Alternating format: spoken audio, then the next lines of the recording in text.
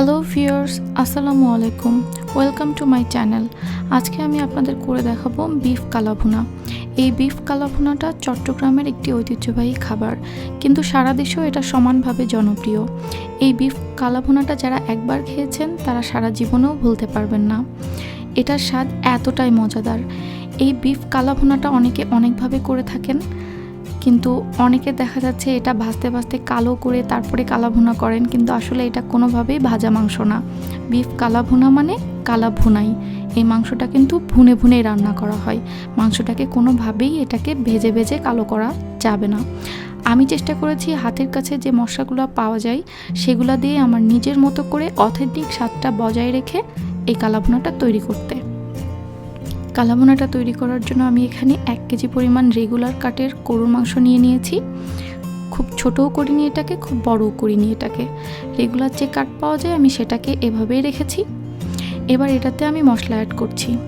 এখানে আমি দিয়ে দিচ্ছি ধনিয়ার গুঁড়া 1.5 টেবিল চামচ মতো, এবং সাথে দিয়ে দিচ্ছি হলুদ গুঁড়া 1 টেবিল চামচ, এবং এটাতে অ্যাড করছি মরিচের গুঁড়া 1/2 টেবিল চামচ। ঝালটা আপনারা নিজেদের মতো অ্যাডজাস্ট করে নিতে পারেন। কেউ ঝাল বেশি খেলে আর একটু বেশিও দিতে পারেন। এবার আমি এখানে দিয়ে দিচ্ছি আদা পেস্ট 1.5 টেবিল চামচ মতো। সেই সাথে আমি এখানে অ্যাড করছি রসুন পেস্ট 2 টেবিল চামচ মতো। এবার আমি এখানে অ্যাড করব আধা টেবিল চামচ মতো জয়ফল এবং জয়ত্রী বাটা। আমি এখানে একটা জয়ফলের অর্ধেক এবং 2 টুকরা জয়ত্রী নিয়ে একসাথে বেটে নিয়েছি। আপনারা চাইলে গুঁড়াও ব্যবহার করতে পারেন। 1/4 চা চামচ মতো রাঁধুনি গুঁড়া। আপনারা এটা যে কোনো মুদির দোকান বা সুপার শপে পেয়ে যাবেন। এবার দিয়ে দিলাম 1/4 চা চামচ মতো জিরা গুঁড়া। রাঁধুনিটা কিন্তু আসলে চিটাগাংয়ের এই অথেন্টিক টেস্টটা ধরে রাখার জন্য অবশ্যই ব্যবহার করতে হবে। এটা আপনারা কোনোভাবে স্কিপ করবেন না। এবার স্বাদ মতো লবণ দিয়ে দিলাম। সাথে দিয়ে দিচ্ছি স্টার এনিস গুঁড়া। আমার কাছে আস্তটা নেই, এই জন্য আমি গুঁড়া ব্যবহার করেছি। আপনারা চাইলে আস্তটা ব্যবহার করতে পারেন। আর যদি হাতের কাছে একেবারেই না থাকে তাহলে এটা না দিলেও পারেন। এবার এখানে আমি 1 কাপ মতো মোটা মোটা পেঁয়াজ কেটে রেখেছি, সেটা আমি এখানে একটু চটকে দিয়ে দিচ্ছি। এবার এই সবগুলো উপকরণকে একসাথে খুব ভালোভাবে মাখিয়ে নিতে হবে। মাখানোর আগে এখানে আমি দিয়ে দিচ্ছি 1/2 কাপ মতো টক দই। এই টক দইটা কিন্তু অবশ্যই ব্যবহার করতে হবে। এবং আমি এখানে দিয়ে দিচ্ছি 1/2 কাপ মতো সরিষার তেল। আর একটা কথা বলে রাখি, এই বিফ কালাভুনাটা রান্না করার জন্য অবশ্যই কিন্তু সরিষার তেলই ব্যবহার করতে হবে। অন্য কোনো তেল এখানে ব্যবহার করলে সেই অথেন্টিক টেস্টটা কখনোই আসবে না। আমি মাখানোর সুবিধার্থে এটাকে হাত দিয়ে মাখাচ্ছি, যাতে খুব ভালোভাবে মাংসটার গায়ে মশলাগুলো মিশে যায়। চামচ দিয়ে বা হাতা দিয়ে মাখালে এটা অতটা ভালোভাবে মিশবে না। মাখানো আমার হয়ে গেছে। আর একটা কথা বলে রাখি, প্রথম পর্যায়ে কিন্তু মাংসটাকে রান্না করতে হবে সম্পূর্ণরূপে পানি ছাড়া। এবার আমি এই মাখানো মাংসটাতে দিয়ে দিলাম 2টি তেজপাতা মাঝখান থেকে ছিঁড়ে, এবং সাথে দিয়ে দিচ্ছি আমি দারচিনি টুকরা ছোট ছোট 5-6 টুকরা, এবং এটাতে আমি এখন অ্যাড করছি কয়েকটা এলাচ ফল। মাঝখান থেকে আমি একটু চিড়ে দিয়েছি। 5-6টা মতো এলাচ ফল আমি এখানে অ্যাড করেছি। এবার এখানে 5-6টি মতো লবঙ্গ দিয়ে দিলাম, দিয়ে আমি এটাকে রান্নায় বসিয়ে দিলাম। এই মশলাগুলোকে আমি একটু ভালো করে ভেতরে ঢুকিয়ে দিলাম। এবার আমি এটাকে ঢাকনা দিয়ে রান্না করতে থাকবো। আর একটা কথা, রান্নার সময় হিটটা কিন্তু মিডিয়াম লোতে থাকবে, খুব বেশি হিট দিয়ে রান্না করা যাবে না। 5 মিনিট পরে আমি এটাকে ঢাকনা খুলে দিচ্ছি এবং একটু নেড়ে দিব। দেখুন হালকা করে পানি বের হতে শুরু হয়েছে। তবে হ্যাঁ, আমি ওই যে বললাম, কোনোভাবে এটাতে পানি অ্যাড করে আমি রান্না করব না। মাংস থেকে যে পানিটা বেরোবে সেটা দিয়ে মাংসটা সেদ্ধ হবে। আবারও ঢাকা দিয়ে দিলাম। আবার 10 মিনিট পরে আমি ঢাকাটা খুলছি। এবার দেখুন পানি কিন্তু অনেক বের হয়ে গেছে, দেখতে পাচ্ছেন নিশ্চয়ই। এই পানি দিয়ে আস্তে আস্তে মাংসটা সেদ্ধ হবে। হিটটা কিন্তু মিডিয়াম লোতেই আছে, হিটটা কিন্তু কোনোভাবে বাড়ানো যাবে না। 10 মিনিট পর পর একটু করে নেড়ে দিতে হবে, যাতে মাংসটা নিচে থেকে পোড়া লেগে না যায়, তাহলে কিন্তু স্বাদটা নষ্ট হয়ে যাবে। কোনোভাবে মাংসটাকে পুড়তে দেওয়া যাবে না। আবারও আমি ঢাকা দিয়ে দিলাম, এবং সেই একইভাবে 10 মিনিট পরে আবারও ঢাকনাটা আমি খুলে মাংসটা একটু নেড়ে দিচ্ছি। তবে হ্যাঁ, হিটটা কম বেশি রাখার কারণে কিন্তু 10 মিনিট বা তার থেকে একটু কম বেশি আগে মাংসটা নাড়ার প্রয়োজন হতে পারে। এটা আপনারা আপনাদের চুলার হিট বুঝে অ্যাডজাস্ট করে নেবেন।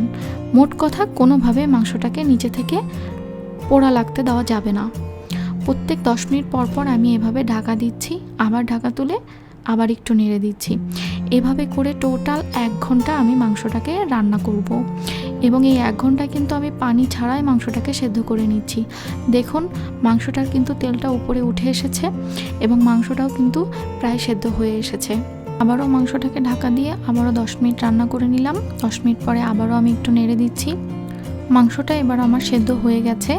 এবার আমি যাব আমার দ্বিতীয় প্রসিডিওরে, যেটা কোনোভাবে স্কিপ করলে আপনারা সেই কালো ভুনাটা কিন্তু শুটকি ভুনায় পরিণত হবে, যেটা অনেকেরই হয়ে থাকে। দ্বিতীয় স্টেপে আমি যেটা করব সেটা হলো, আমি এখানে 1.5 কাপ মতো পানি নিয়েছি।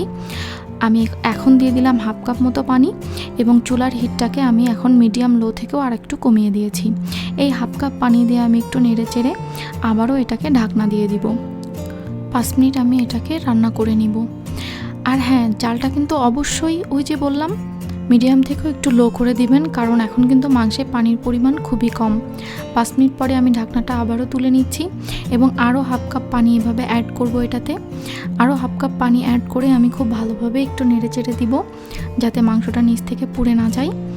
আর এই প্রসিডিওরটা আপনারা করে দেখুন, আপনাদের সেই মাংসের জুসি ভাবটা অবশ্যই থাকবে। এই প্রসিডিওরটাই আসলে কালা ভুনা মাংসের যেই আসল সফটনেস এটা তৈরি করে। আমি আবারও 5 মিনিটের জন্য ঢেকে দিলাম। এভাবে আমি 3 বার করে 1/2 কাপ করে পানি দিয়ে মাংসটাকে একবার করে পানি দিচ্ছি আর 5 মিনিটের জন্য ঢাকনা দিয়ে মিডিয়াম থেকেও লো হিটে রান্না করে নিচ্ছি। এই প্রসিডিওরটা অবশ্যই করবেন, আমি কথা দিচ্ছি। এই প্রসিডিওরটা মেনটেন করলে মাংসের ভেতরের ময়শ্চারাইজারটা বজায় থাকবে, যার ফলে মাংসটা পরবর্তীতে আর হার্ড হবে না, অনেক সফট থাকবে, যেটা আসলে কালা ভুনার মেন গোপন রহস্য, যেটা অনেকে স্কিপ করে থাকেন, যার ফলে কালা ভুনাটা শুটকি ভুনায় পরিণত হয় বা অনেক হার্ড হয়ে যায়। এই পর্যায়ে আমি দিয়ে দিলাম আরও 1/4 চা চামচ মতো রাঁধুনি গুঁড়া এবং দিয়ে দিচ্ছি সাথে 1/4 চা চামচ মতো গরম মশলার গুঁড়া। এটা পরে দেওয়ার কারণ হচ্ছে, এই পরে দেওয়ার ফলে এই মশলাটার তাজা তাজা ফ্লেভারটা মাংসের মধ্যে খুব ভালো মতো ঢুকে যাবে। ভালো করে নেড়েচেড়ে মাংসটা একটু মিশিয়ে নিচ্ছি। আমার মাংসটা কিন্তু কমপ্লিটলি সেদ্ধ হয়ে গেছে। এবার আমি চলে যাব কালা ভুনার মেন প্রসিডিওরে। এটাকে ঢাকা দিয়ে রেখে দিচ্ছি এবং অন্য একটি চুলায় আমি একটি পাত্রে 1/2 কাপ মতো সরিষার তেল গরম করে নিয়েছি। সেটাতে আমি দিয়ে দিলাম 1/2 কাপ পেঁয়াজ কুচি। এই পেঁয়াজ কুচিটা সরিষার তেলে খুব ভালো মতো ভেজে নিচ্ছি। আর হ্যাঁ, আবারও বলি, এখানে কিন্তু সরিষার তেলই ব্যবহার করতে হবে, অন্য কোনো তেল দিলে কালা ভুনার অথেন্টিক টেস্টটা আসবে না। পেঁয়াজটা আমার একটু ব্রাউন হয়ে এসেছে, দেখেন। পেঁয়াজটাকে আমি একেবারে বেরেস্তার মতো ভাজবো না। এই পর্যায়ে আমি দিয়ে দিচ্ছি 1 টেবিল চামচ মতো রসুন কুচি। রসুন কুচিটা পরে দেওয়ার কারণ হলো, রসুন কুচিটা আগে দিলে রসুন কুচিটা পুড়ে যেত, এই জন্য পেঁয়াজটা একটু বাদামি হয়ে আসলে আমি রসুন কুচিটা দিয়েছি। এই পর্যায়ে আমি দিয়ে দিলাম 3-4টি শুকনো মরিচ মাঝখান থেকে একটু ফেড়ে। আপনারা ঝাল বেশি খেতে চাইলে আরও কিছু শুকনো মরিচ বেশি অ্যাড করতে পারেন। আমি এটাকে খুব ভালোভাবে একটু নেড়েচেড়ে মিশিয়ে নিচ্ছি। পেঁয়াজ কুচিটা 4-5 মিনিট ভাজার পরে যখন দেখুন ঠিক এই পর্যায়ে এসেছে, তখন আমি কিন্তু এটাকে আর বেশি ভাজবো না। এখন আমি এটাকে তুলে সরাসরি আমার যে অন্য চুলাটাতে কালা ভুনার মাংসটা আমি হিটটা কমিয়ে রেখেছিলাম, সেটার মধ্যে এটাকে ঢেলে দিব। এই মাংসটার হিট কিন্তু এখন খুবই লোতে আছে। আমি সরাসরি এই ফোড়নটাকে এই মাংসের মধ্যে ঢেলে দিচ্ছি। ঢেলে দিয়ে আমি এটাকে ঢেকে রেখে দিব 5 মিনিটের জন্য, যাতে ফোড়নের ঘ্রাণটা মাংসের মধ্যে খুব ভালো মতো ঢুকে যায়। এখন নাড়াচাড়া করার কোনো দরকার নাই। 5 মিনিট পরে আমি ঢাকনাটা খুলে এবার নাড়াচাড়া করছি এবং হিটটা আমি এখন মিডিয়ামে নিয়ে গিয়েছি। এতক্ষণ লোতে ছিল, এখন মিডিয়ামে হিটটা দিয়ে মাংসটাকে খুব ভালো মতো নেড়ে নিচ্ছি ফোড়নটার সাথে। ফোড়নের ঘ্রাণটা কিন্তু অলরেডি আমার মাংসে খুব ভালো মতো ঢুকে গিয়েছে ঢাকনা দিয়ে 5 মিনিট রেখে দেওয়ার কারণে। এই প্রসিডিউরটা অবশ্যই করবেন, এটাও স্কিপ করলে কিন্তু আপনার সেই অথেন্টিক ফ্লেভারটা আসবে না। এভাবে আমি প্রায় আধা ঘন্টা মতো মাংসটাকে নেড়েচেড়ে রান্না করব। আপনারা নিশ্চিন্তে থাকতে পারেন, মাংসটা আমার কখনোই হার্ড হবে না।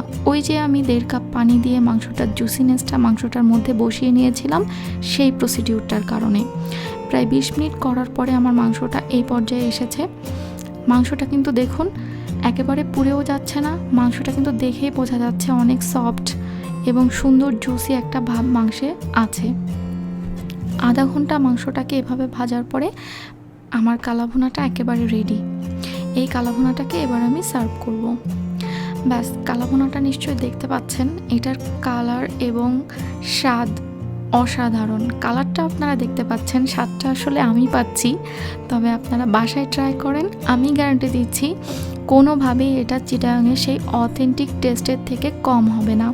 আমি চেষ্টা করেছি একদম সেই অথেন্টিক টেস্টটাকে ধরে রেখে বাসায় কিভাবে আপনারা সহজে করতে পারেন তার সবগুলো প্রসিডিওর দেখাতে, এবং আমি সবগুলা যে টিপস এবং ট্রিক্সগুলো আপনাদের বলেছি সেগুলো আপনারা ব্যবহার করেন, অ্যাপ্লাই করেন, স্বাদটা একদম সেই অথেন্টিক টেস্টই পাবেন আপনারা।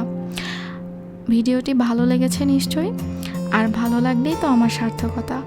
আপনারা অবশ্যই আমার চ্যানেলটি সাবস্ক্রাইব করতে ভুলবেন না। আর কোনো মতামত থাকলে আমাকে কমেন্ট বক্সে জানান। সবাই আমার জন্য দোয়া করবেন। ভালো থাকবেন সবাই। আল্লাহ হাফেজ।